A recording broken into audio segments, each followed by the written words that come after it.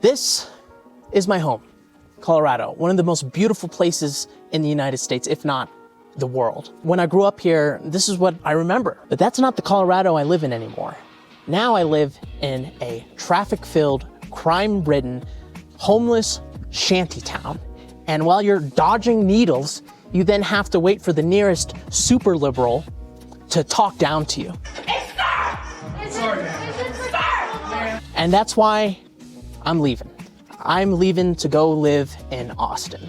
And before I get into my top 3 reasons as to why I'm leaving, moving out of state is really expensive. And unfortunately, I'm not at that Mr. Beast kind of level yet. So I'm gonna be opening up a GoFundMe to kind of help me move there and help out with the finances, because comedy is my life. And I would love to be able to put as much time as possible creating content for you guys. I super appreciate it, and I thank you guys for that. The number 1 reason why I am leaving and why this place has turned into such a liberal shithole is the radical government.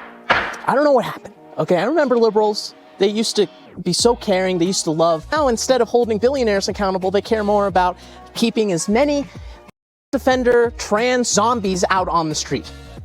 I'm not kidding about that. The Colorado government literally just talked about dropping the charges on this guy because he's trans and mentally unwell. He tried kidnapping a child.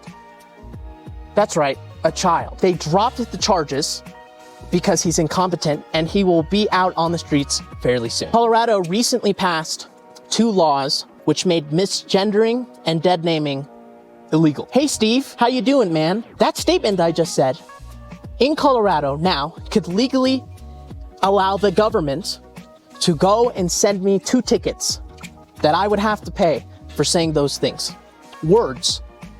Let me remind you, words. And on top of that, which is even worse, arguably worse, is that now if you said those things to, let's say, your child, and your child has been brainwashed by the nearest liberal at their school, that can now be used as an argument for the CPS to take away your kids.